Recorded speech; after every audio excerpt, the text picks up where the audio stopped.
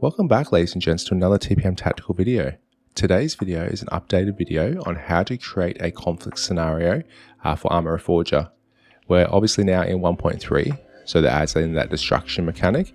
But something else we're going to cover off on today as well is utilizing the WCS core mod and its whitelist feature to link control points and HQs together. But before we jump on in, if you are enjoying these videos, please hit that like and subscribe. If there's particular tutorials you would like to see, please leave a comment below. You're welcome to ask any questions as well. And if you have Discord, feel free to hit me up on Discord as well. Just search TPM in the Arma community Discord and you should be able to send me a DM. Okay, so right now we have the Infusion Workbench launcher open. Down the bottom left, we're just going to go add project and then create a new project. And here we're just going to give it a project name. So I'm going to call it Conflict13 for 1.3. I'm just going to hit create. I apologize if my voice sounds a little off at the moment. It's, what's the time? Well, nearly 5:30 in the morning. Just trying to get a video done before the kids wake up. Okay, so as you can see here, here's our project. It's going to open up top left here. So Conflict13, and here's the folder it's created. We're going to go in here and go to Workbench Options.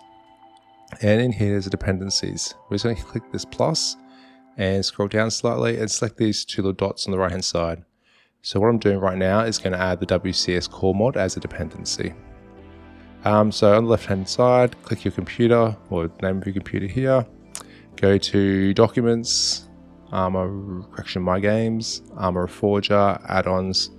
Locate your mod that you want to add as a dependency. So WCS core. Select the game project, so add-on.game project. You can click open down here or just double click on it. And now that's been added there as a dependency. So once we click OK, I'm just going to go workbench save, and then I'm just going to restart the workbench. So that way it launches with the WCS core mod as a dependency.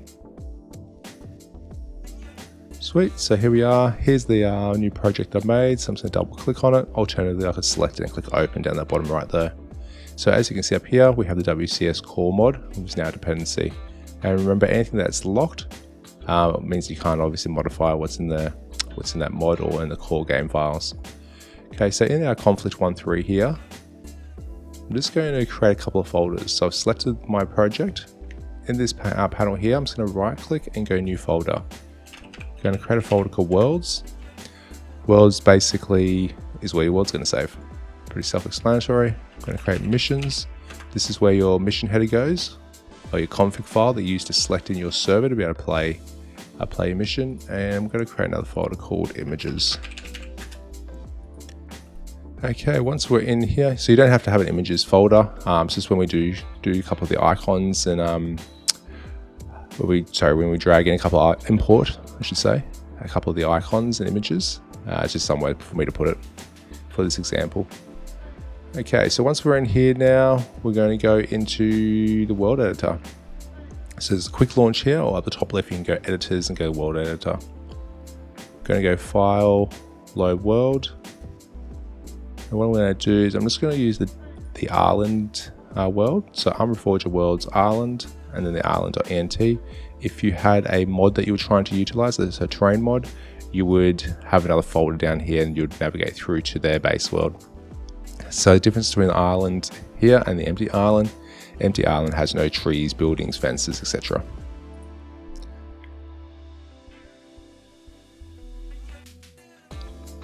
Okay, once we're in here, what we want to do is go to the top left, go file, new world, and select subscene, and then okay.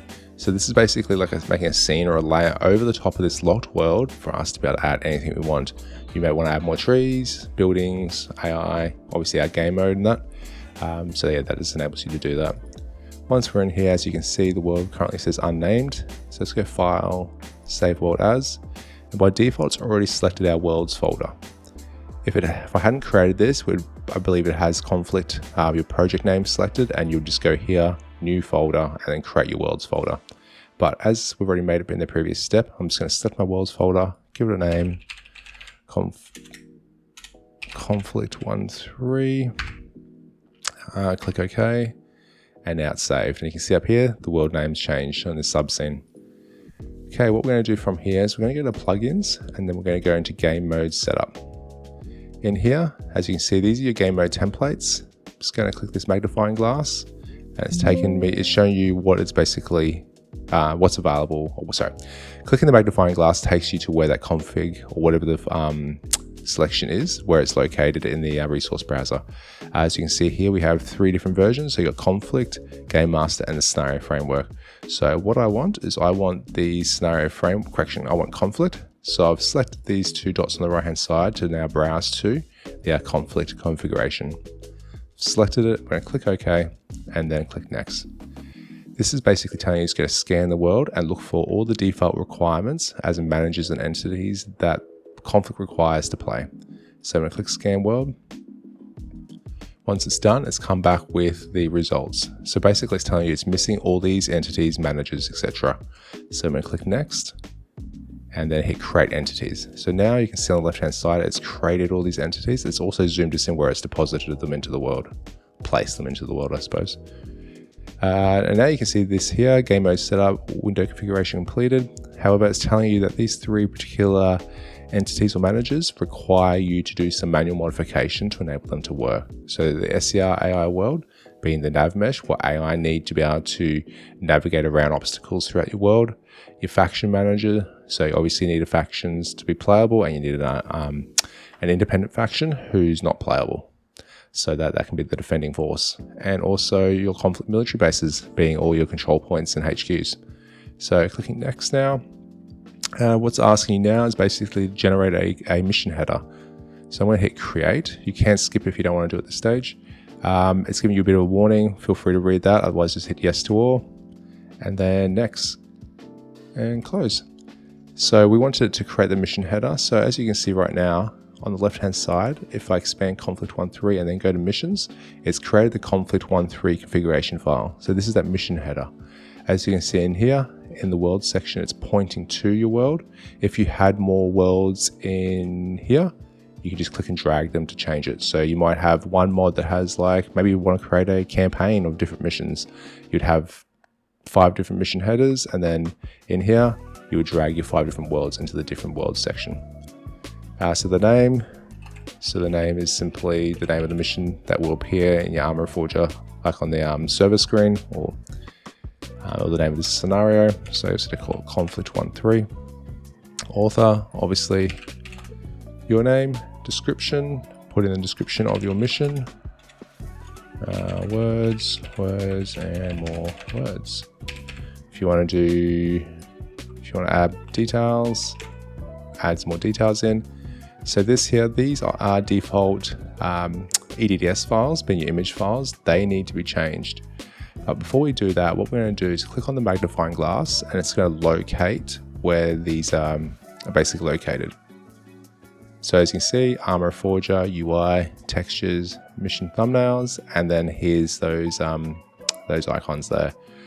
Why we did that is because I want to double click on this EDDS file to show you the information that you would need to create your own custom icon or own custom images to go into these here.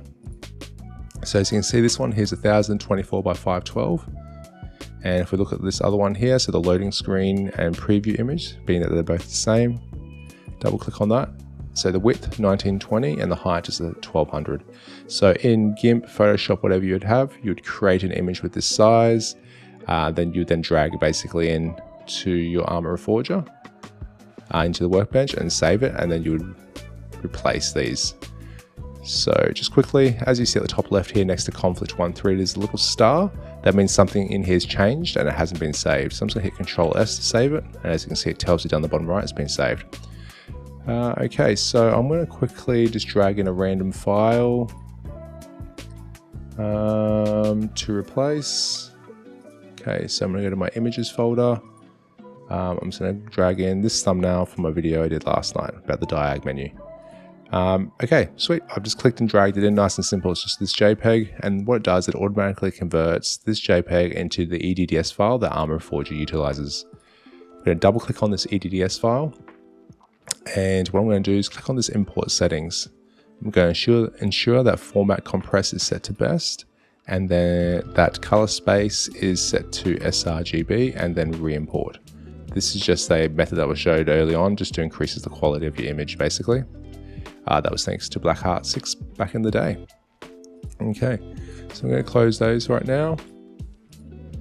Obviously you would use images that are the right size for this, but for this purpose and speeding it up, I'm just dragging in whatever I saw first. This JPEG file no longer needs to be here. You can leave it in there for whatever reason, but I'm just going to delete it to keep things, reduce the mod from bloating in size. Okay, so what I'm going to do now is I'm going to click and drag, and that's as simple as that. You'd have a different different EDDS files for the loading screen, and if you want a different one for your preview image, you then click and drag them in accordingly. Again, little star means something's not saved, Control S to save. Alternatively, I think you just go Workbench and then save if you want to save it as well. Okay, moving down, game mode. By default, it says campaign being conflict.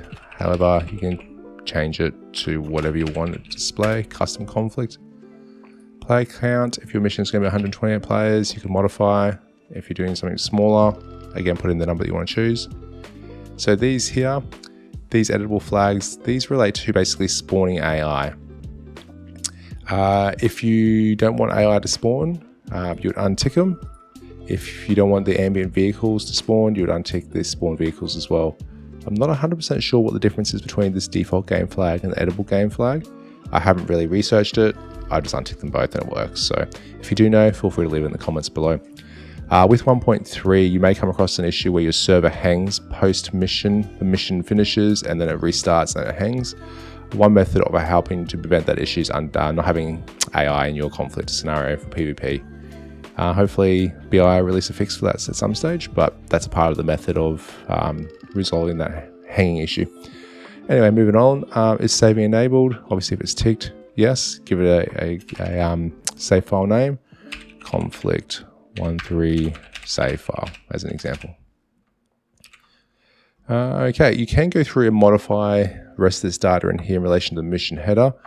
Take your time, work it out based on what you want to do. However, a lot of the time I just leave it as default so that I modify it within the game world, within the world editor, sorry. Okay, so once that's done, go back into the world editor. So your mission head is basically done at this point. We don't need to touch that again unless we've made a mistake we want to modify later on. As you can see, get this little star again, signifying that something hasn't saved within my world, within this default layer. So Control S. For my own housekeeping, keeping things neat, and it was kind of based off Bravo 6's videos early on, I'm going to rename this default layer and it's called alpha_managers. Then I'm going to create another layer. So I'm just right clicking on my world, go create layer. We call it Bravo_HQs. The reason why I use the alphabetical, so Alpha Bravo at the front, it just keeps it in order moving down the screen. Another one called control points. Again, you can name it whatever you want. You call bases, I think WCS use bases. Again, it's for your organization method. Let's create another layer. Let's call it, I don't know, miscellaneous. Okay, in this alpha managers, what we're looking for. So we've got a few managers already here.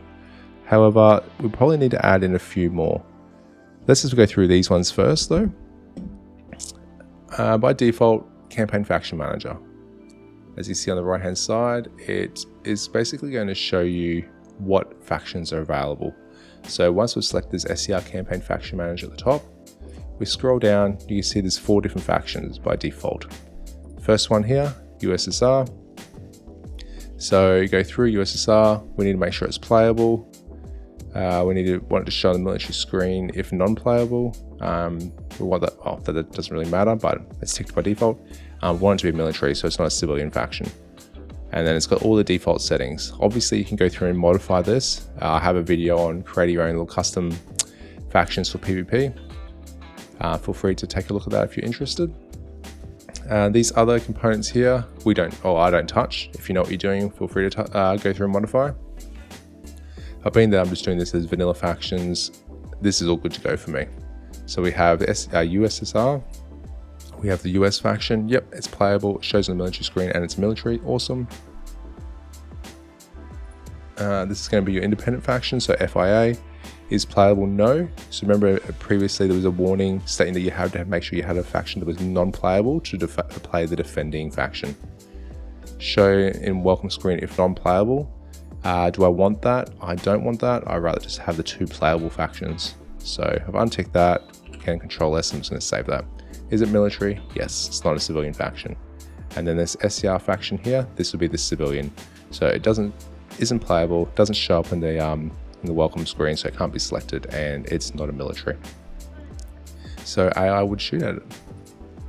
Okay, so in here, if you were trying to make your own PvE mission, you would have one of these factions non-playable. However, you would have to go through and modify some scripts to stop some errors being thrown, because Conflcit by default needs 2 different playable factions. But as we're not covering that in this video today, I'm not going to worry about that at this stage. Okay, so campaign loadout manager, by default, there's really not anything you need to do. It's just telling you that these different loadouts are available. So they're all basically your default campaign US player entity. Your prefab here, if you wanted to change these, you could go hit the magnifying glass, locate the default loadout, right click, override into your mission, or your project, sorry, and then double click on this. This is what it looks like by default. Go edit prefab, and then go through and customize accordingly. Locate the base loadout and the inventory. We're not covering that in this video. I do have a video on that as well, so feel free to search that on my channel. Let's go back. Oh. I've closed my world editor because it's one of those 3D views. When you're modifying a prefab, or use the same world editor. So I'm just going back and reopening my Conflict 1.3 world. I'm just going to delete this. This is the override. I'm not changing any of those default loadouts today. Okay, so campaign loadout manager. Again, feel free to change accordingly. Probably don't mess with the saved arsenal ones. That just enables you to save. If you know what you're doing, feel free to go through, muck around, but you shouldn't really need to change anything apart from the default loadouts. Campaign task manager, I don't touch anything in here. I just let it be set as default. Again, you can go through and modify accordingly. If you know what you're doing, feel free to test and adjust. Okay, conflict military base. We'll move that down to the HQ for a second to get that out of the way. Game mode campaign. This manager here, there's a lot of components in here that you can modify to make your mission feel like your own. First part that we're really going to look at is this SCR game mode campaign, so the top level here. If we scroll down, you have all this information here in relation to like your control point thresholds, so how many control points requires to win the scenario, victory timers, starting supplies, faction keys for the different factions, supply depot icon thresholds, so how far away a supply depot icon will be visible from you on the map. That's like those caches that are throughout the world. And it's also penalty cooldown. So that information, modify that, for what suits you and your community or your server. In here, obviously there's lots of different components as previously mentioned. Data collection component, this is in relation to kicks and bans, what the thresholds are, etc. Some of it you won't even touch. I wouldn't touch anything to do with the hit manager components unless you know what you're doing, or you want to test and adjust. Time weather, you may want to change the starting time and weather, whether it's random, weather stays the same. If voting manager, if you want people to be able to vote, auto kick, I generally have that disabled because people just want to abuse that. Welcome home screen component, so if you want to change to welcome home screen, I'll do this in another video because people have asked for that. Again, go through, modify according to your needs. It would take time to go over every single one of these components, and to be honest, I probably don't know what some of these components do anyway, so I only ever really modify this top part and disable, like I mentioned, the kicking. Perception manager, that needs to be in the world, so just leave that by default. This SCR AI world. So in here we have 3 different options. So this SCR AI world basically controls what tells the AI where all the obstacles are. So fences, trees, rocks, buildings, etc. Without that, they're just going to try to run into things. They're really not going to be able to be effective at all. So even though this is a PvP scenario, if you want the AI enabled, you do need to have that nav mesh at the for the AI that are defending those locations, the control points. So if we click on the nav mesh here, the world component, quickly down here you see this nav mesh project low res. So that basically telling us that this component needs to be the low res NMN November Mike November file. So if I select this nav mesh file, on the right clicking the double dots, I'm going to navigate to where the nav meshes are located. If you were working on a modded terrain, you would have another folder here with the name of the terrain, and you would navigate through to their nav mesh. So in here, I've got Arma Reforger Worlds, Multiplayer, nav meshes. This is low res, so I'm looking for low res, and this is Island World. So I'm selecting low res Island and then going OK. And as you can see, it's populated over here. And now I'm going to go to nav mesh world component again, and this one's BTR like. So this is related for vehicles. Okay, so Arma Reforger Worlds, Multiplayer nav mesh, and where are we? Here. So CTI campaign being Conflict Island vehicles. Some mod developers that create their own terrains will have actually listed BTR like, so it's easier to locate. But yeah, vehicles is BTR like in this case. And nav mesh world component. Again, it says 2 here, but we're looking for this nav mesh project here. So this here is soldiers. So this time I'm going to click set class, then the double dots, navigate to the one that actually doesn't say soldiers, and it's just CTI campaign, so Conflict Island. Again, other mod devs will put in soldiers, so it's easy to locate it. Awesome. Once I've modified those 3, hit Control S to save it, and that's all I need to do for that SCR AI world. Unless you want to go through and modify and you know what you're doing, otherwise just leave it at default. I'm pretty sure I've never actually touched the anything else within this manager. Okay, so we've got our faction manager, we've got our loadout manager, we've got our task manager, our game mode manager, so perception and SCR AI world. Some other things that are required. So by default, there should be a map entity in here. Yep, sweet.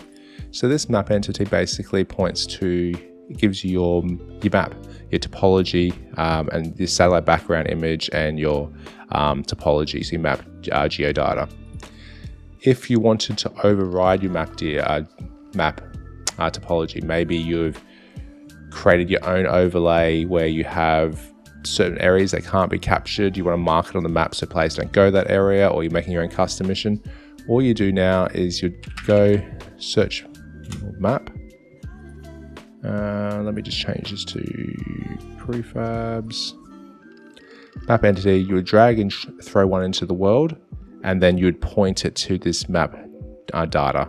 So if you click the double dots, you would already have imported this information into your Conflict project. You'd go through and locate the topology and the image being the EDDS file, and then when you save it, that would override the original. But because this is Island, there's nothing I want to modify. I'm just going to delete this map entity since there's already one in here. Something else we would need, depending on the mission, the map that you're utilizing, is whether it's in there or not. So chat. You need to have a chat entity. This enables you, obviously, players to type in game, but it also enables you to access the admin tools. So to be able to go, hash, login, and then your password to basically get into admin mode. If you don't have a chat entity, you're not going to get into admin, and then also the server admin tool, Bacon server admin tool, won't work because it basically logs in using those commands. Okay, so what we need is a chat entity. So campaign multiplayer chat entity. I'm going to throw that in here. Awesome. Actually, what I might do, just keep things clean. So I've just selected the manager here and hit F to basically jump over to it. I'm just going to chuck this here into the world. Throw it near the others so they're all together. Just keeping things nice and tidy. Next thing we need is a radio manager. So is there one here by default? No, there isn't. So let's add a radio manager.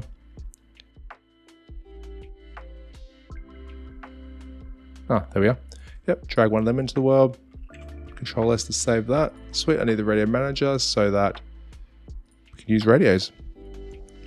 Camera manager, so there theoretically should be one in here. Yep, so there's already camera manager. If for some reason this camera manager is below the surface of the ground, it can play up and doesn't come into proper effect. So this basically gives you a field of view, enables players to be able to change this example from 40 to 90. So maybe if you play on a map where the field of view seems to be locked to 60 and you can't change up to 90 like a lot of people want to do, then there's a good chance this camera manager is either under the ground or there's something going wrong with it. So the mod dev would need to change that. But we already have a camera manager, so that's awesome. The last rule manager we want to look at adding is the destruction. So let's check to see if there's already one in here. Yep, so we need the MP destruction manager and the destruction manager. And there's another one here which I haven't seen before. But either way, we usually just have to enter in these two. If your mission doesn't have that, if the scenario, the terrain doesn't have that by default, you can just search it up here. So MP destruction, click and drag into the world. Again, destruction. Go back here.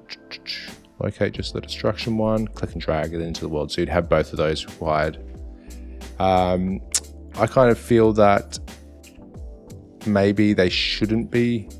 And let me delete that. Why is that not deleting?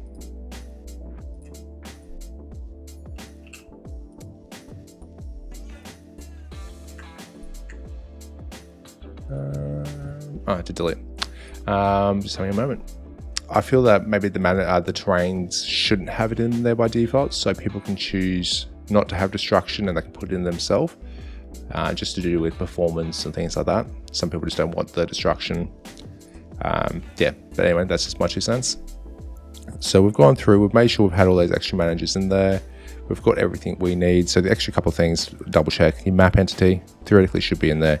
Your chat entity needs to be there. Your radio manager, camera manager should already be in there, created by default, but always double check. And the destruction stuff if you want destruction.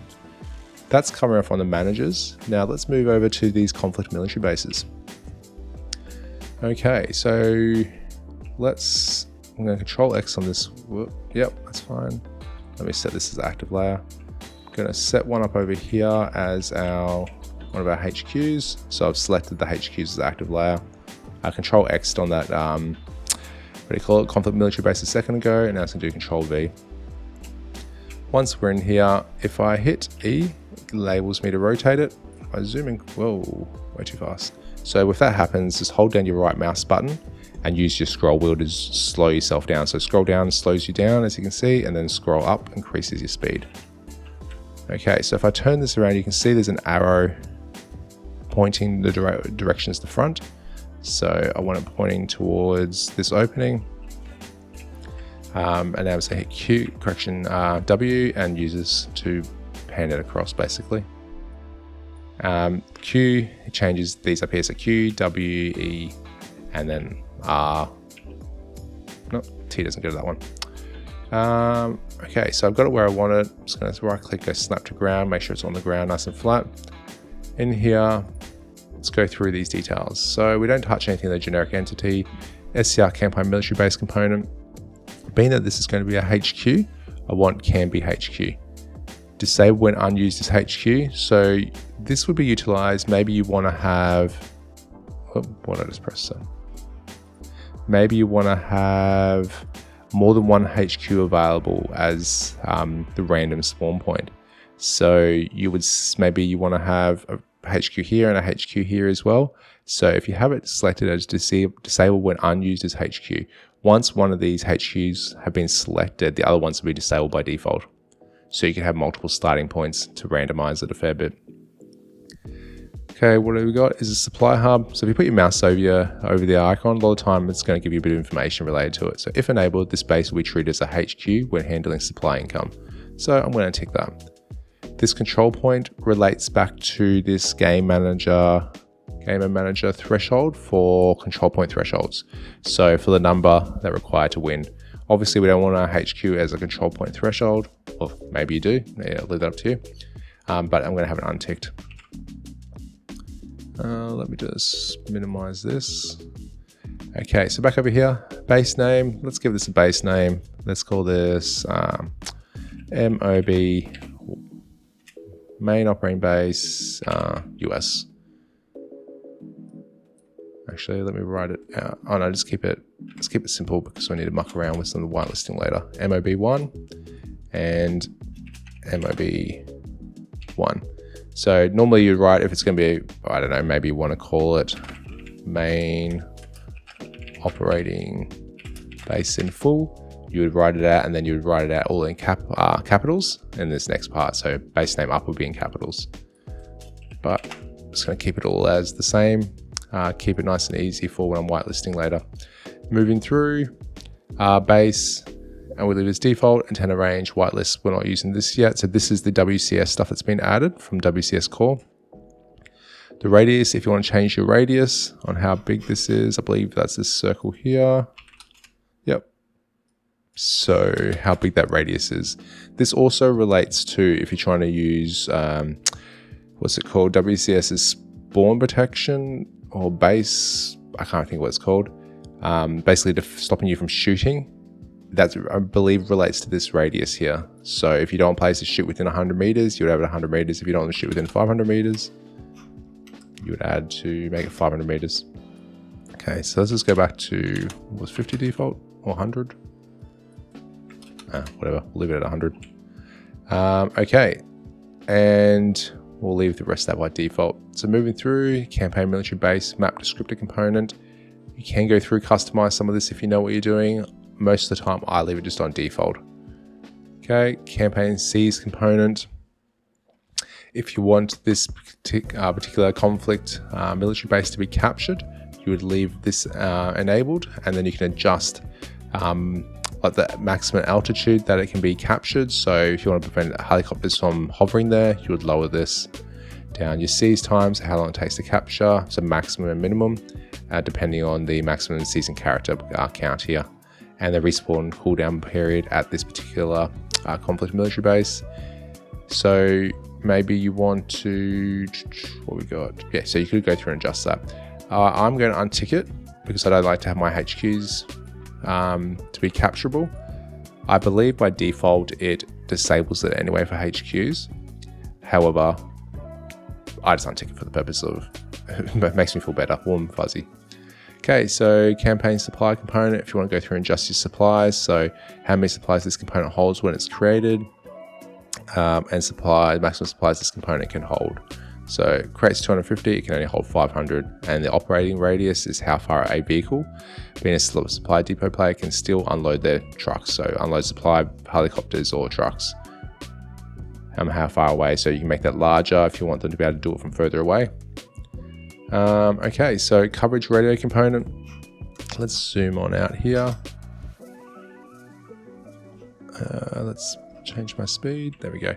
So by default, this transmission range is what connects your HQs together, or HQs and control points. So if we adjust this, obviously it's going to make it smaller.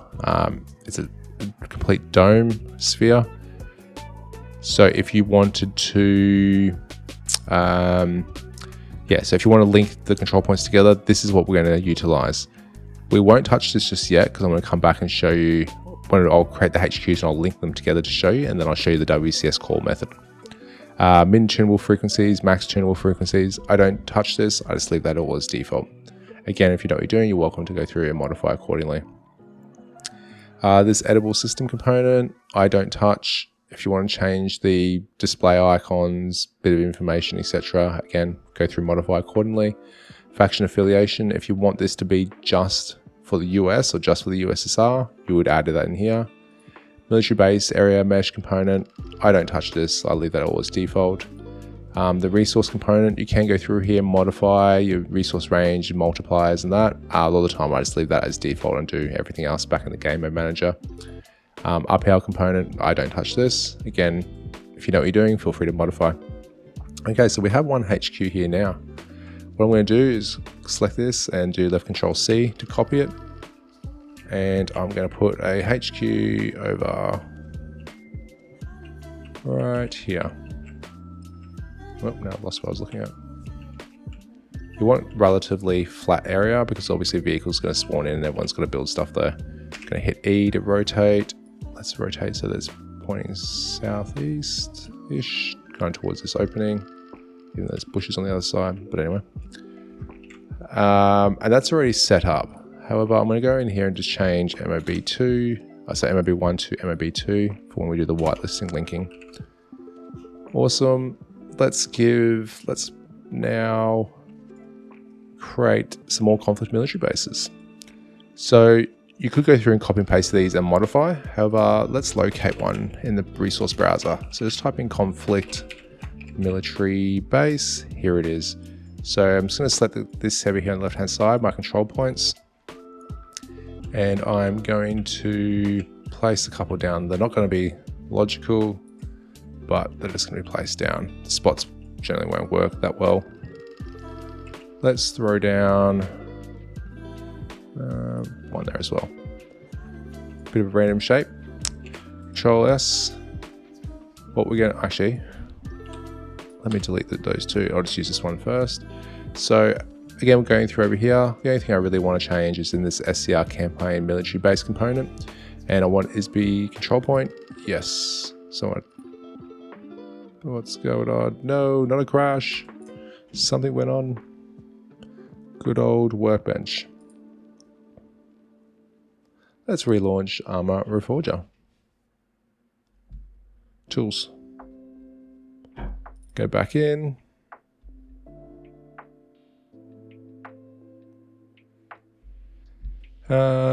Sweet. Let me go into the editor, world editor.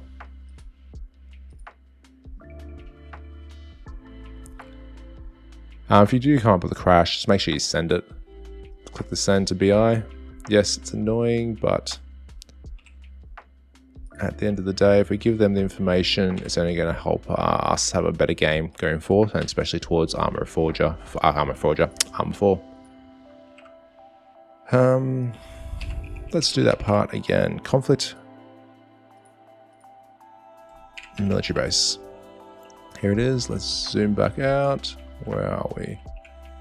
Okay, let's place one down here. Once I play, oh, let me set this control point. This layer over here is active, and I place that. Where did I place that? Oh, here. Let's move that into here. Awesome. What did I select then? Okay, so in here, I'm going to tick is control point. So once that's the control point, that's one of those, those control points that require you to win. Again, that's meeting that threshold in the game mode manager here. Selecting this game mode campaign at the top, scrolling down to control point threshold.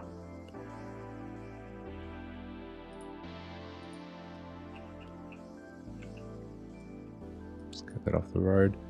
Snap this to the terrain. Let's give this a name. Let's just call this alpha. And so I've just typed in alpha. I've now going to put in capitals alpha. I want this, so is control point, yep. Disable when unuses HQ, nope. So we don't want it to be disabled. And everything else is going to be the same at the moment. Now I'm just going to select this conflict military base and copy that. And let's paste another one up here. Let's just change this name to Bravo. Bravo. Control S. Why is that doing that? Let's make another one. Right here. Call this Charlie. Oop.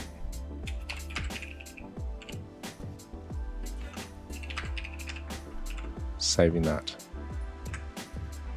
Okay, so we have 3 different control points that have been placed.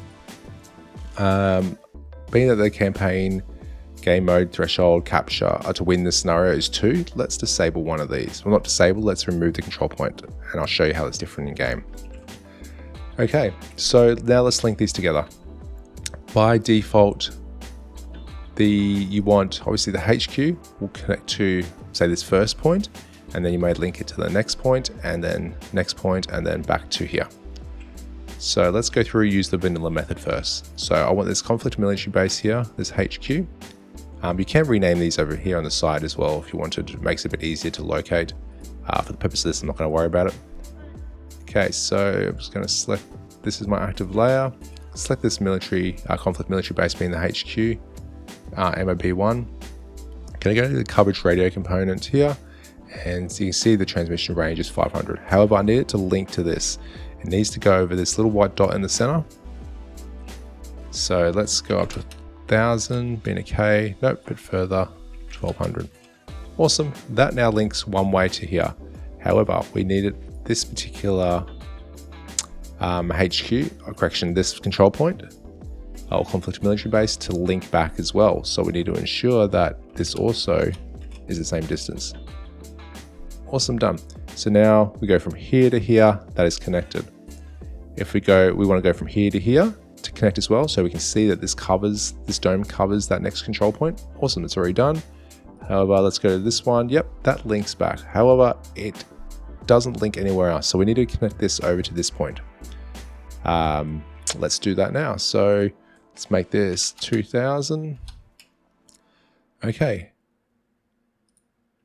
That now links. So we're going from this HQ to the control point here, up to this control point, and then this control point.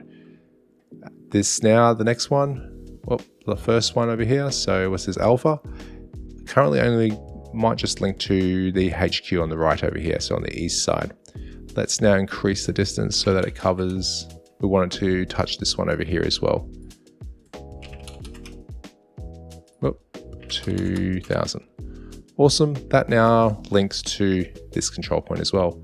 So this one here, let's modify, yep, it links to nothing. So right now it's a one-way street.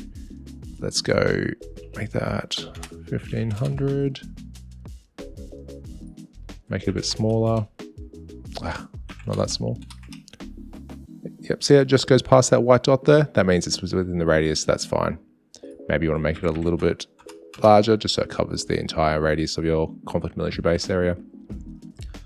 Awesome, so let's see what that looks like. Okay, yep.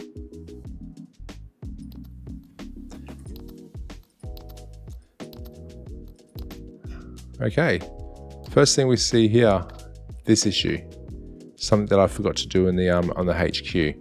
So let's just quickly go back and fix that up. So with your transmission distances, it needs a source. If there's no source from where the radio is coming from, the radio signal, transmission signal, it's not going to work. So clicking on our HQs, we want to tick is source. So let's tick that. Perfect. Now let's hit play.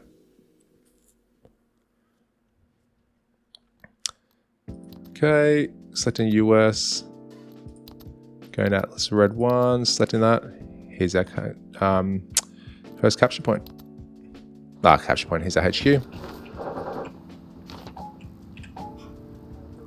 Okay, on the left here, so remember how we unticked one of these as being a control point? See how it's just in black writing, and these ones here are bold, different color. So these are the control points that need to be able to be captured to win. And if we go into the normal map, you can see now that this highlights, it links to this point, and vice versa. You put your mouse over here over Kentucky and it links back. However, let's go over here. Let's delete these AI. Let's change this to faction to American. And now that has been linked to this point. So we've captured Kentucky, and we can show, put your mouse over it, it links across accordingly and back. Let's go over to Montana now, jump back in GM. So delete those AI, not that it really matters. Alpha Main to all stations. We've overrun the forward operating base at Point Montana. However, see how we now have a link. It's a one-way link back to Mississippi from Montana, but it links to the next one. So remember, we made that big dome to cover this whole area for it to reach down here. This is the limitation of the vanilla setup. It would have also covered this point as well. So what we wanted was we wanted Mississippi to go to Kentucky, to Montana, then to Delaware, and then obviously we can't attack the MOB though for USSR. But as you can see, it is because of that dome, that transmission, it hit also Mississippi, and therefore now it's enabled this link, which we don't want. We want it just singular for this purpose of this mission. So that's where the WCS White Listing comes into effect. But let's just have a look at it from the other side now. Let's delete myself. Let's create player. Yep, sweet. Right now, it links only to this point here. Again, we only had a transmission range enough to cover this first point, being alpha.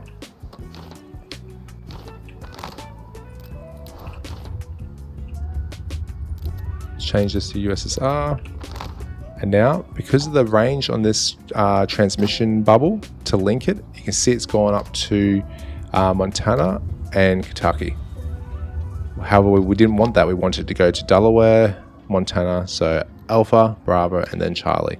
Again, that's that limitation of the vanilla method. I believe that they should implement what WCS have implemented, which is a great method for whitelisting, and we'll cover that in a second. Okay, so let's get out of here.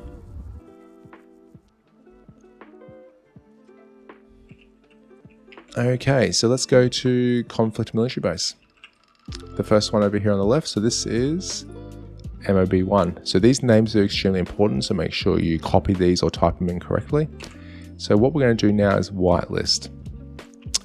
This whitelist, if you put your mouse over it, basically tells you this base will only connect to the bases listed here. So for this to work though, this transmission distance, this bubble, needs to cover the points that you need to go to. So let's go to radio coverage. Let's set this at, oh, it's not very big, so 5K.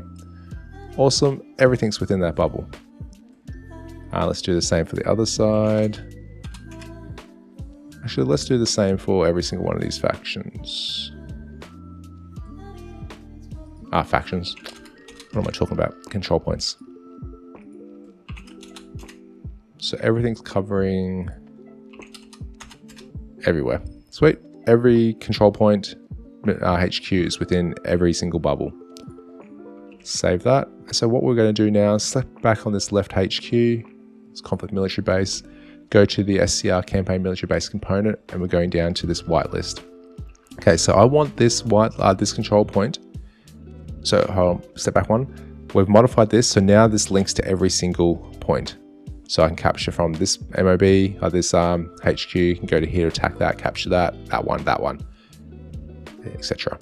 And vice versa. And everything links together. Okay, so now, but what I want this, so I want this to only go to, what was this one called? Was that Charlie? Yep, sweet. I want this one here to only be able to link to Charlie. So in the whitelist, I'm going to click the plus and type in Charlie. Type in correctly. So that is now linked to Charlie. What you want to do is, if you have different names, make sure you type it in correctly, or just, Control C, Control V to paste it in here. So that is a one-way link now to this, and this will now disable the connection between this one and this one. However, we want it to be two ways. So we want this link to also come back to this point as well. So what we're going to do now is go into the Charlie, going to go to the whitelist, hit the plus, and we're going to type in MOB1. And just confirm that was the name of this one. Yep, MOB1. Okay. So now let's test that method. Yep. That's nice. Awesome. So we can see it's a one-way link. Actually, what would have been better is if I'd show you beforehand that it was linked to everything. Let me do that, because otherwise I'm not really demonstrating anything here. Okay, I've removed that link to demonstrate this now links to every single one of these control points. Let me go to this side, because I'm pretty sure it will rotate me. Yep. So as you can see here, that links to every single one of those points, which we don't want. So now I'm going to go back and just re-implement that whitelisting. So here I've selected Conflict Military Base on the whitelist section, hitting the plus. and type in Charlie. Save that with Control S, go to the Charlie conflict military base, and I'm going to link it back to MOB1, being the name of this one here. See, MOB1. So now if I hit play,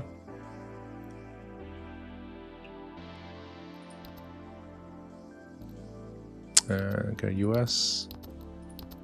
No, that's all right. I can still change myself here. What am I doing? Delete myself. Create a player. I really didn't need to go over here to do it. But you can see that that link is now to this point and vice versa. It didn't go out to Bravo here or to Alpha. So that really enables you to be precise in what links you want to create between all your conflict military bases, your different control points.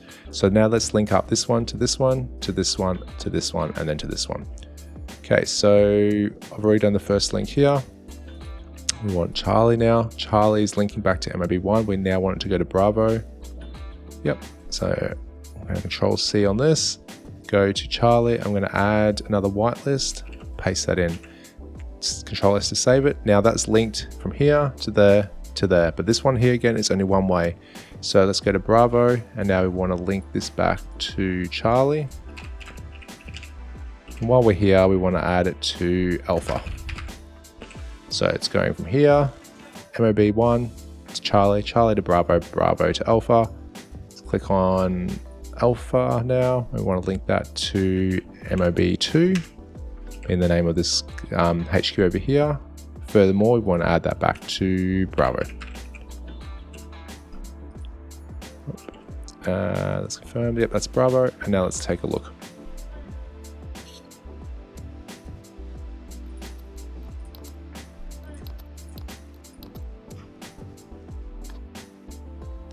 Did I not do MOB2? One job. Okay, let's go to MOB2 and we want to whitelist Alpha. Let's confirm that. Select this. Select this one here, Alpha. So we want to go here, zigzag back across, and then to the other HQ. Okay, so it doesn't matter which faction I choose now.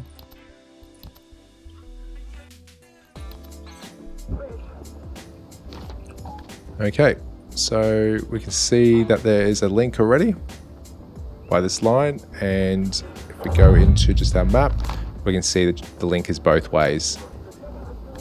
So the highlights, if you select the source, it goes from left to right. If you select this as a source, it's showing you the links back. So it's always a quick little check when you're building a mission, if you're trying to figure out why something's not linked, figure out what the issue is, which end. Okay.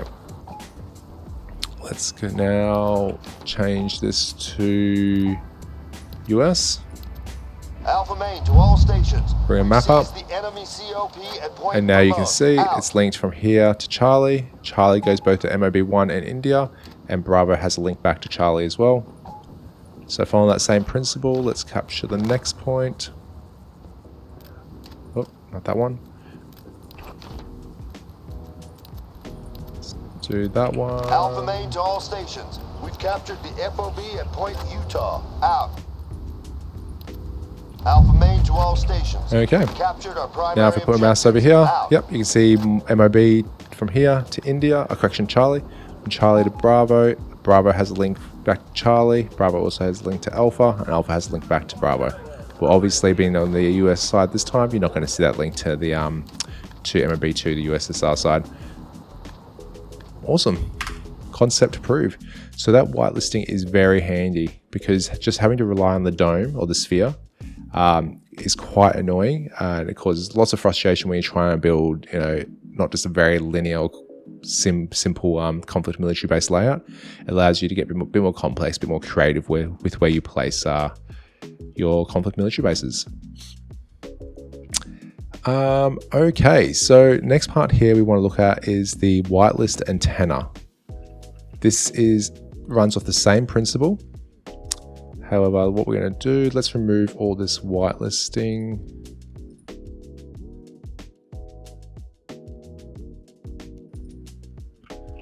Okay, so I've just removed all that whitelisting. So now everything's linked together using the vanilla setup. If you put your mouse over the whitelist antenna, this base will only connect to bases listed here when it has the antenna. So that's that radio relay station that you place down when playing the game.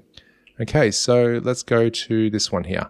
We want this to connect only to, actually, let's connect this to Charlie.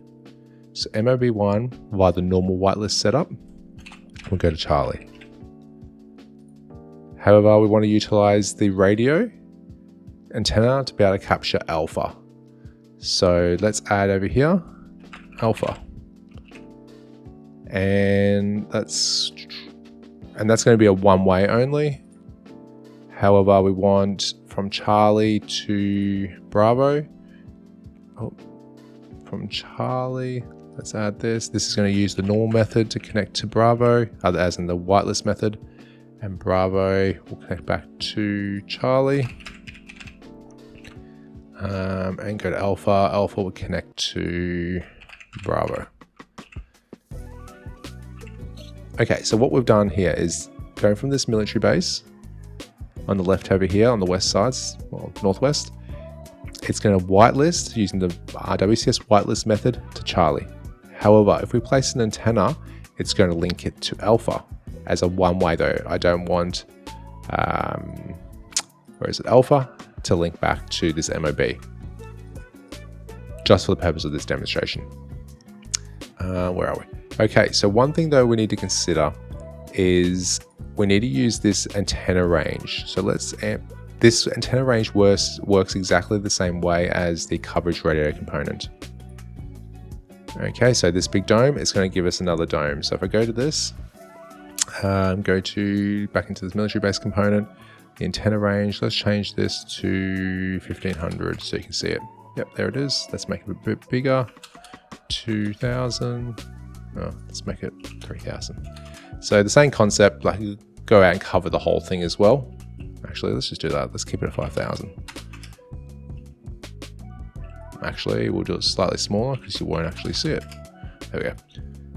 So it runs off the same concept as that transmission tower, the transmission range, as mentioned previously in this coverage radio component.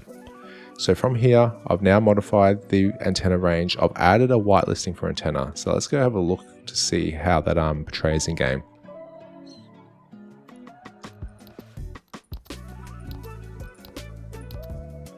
Awesome. Okay, so by default, using the whitelist method from WCS Core links to the first point. This is something we've already proved and we know that works. Let's now place an antenna or the relay station composition. Radio relay station. Let's place one of these here. Alpha main to all stations. And now you can see with that is linked across to Alpha. Okay, that shows you that using that whitelist antenna method, if an antenna is placed, it can give you a different pathway to a different capture points or control points. So that really just proves and shows that concept of that whitelisting in effect there. So that went from the MOB to Charlie using the using the WCS White List method, and then from the MOB to Alpha using where's Alpha there? From MOB to Alpha using the whitelist antenna method. So again, remembering to use this antenna range. I blew an RSR Cyborg because I just had that -1 and I completely missed this antenna range here. So thanks to him and the WCS guys for helping us out with that. Yeah, so that is pretty much it, I believe, for this video. We've covered off on all the managers. We've gone through the mission. Let's finalize everything and actually publish it. If you do have any questions related to this, please ask. Hopefully I've explained it in a method that it's easy to understand.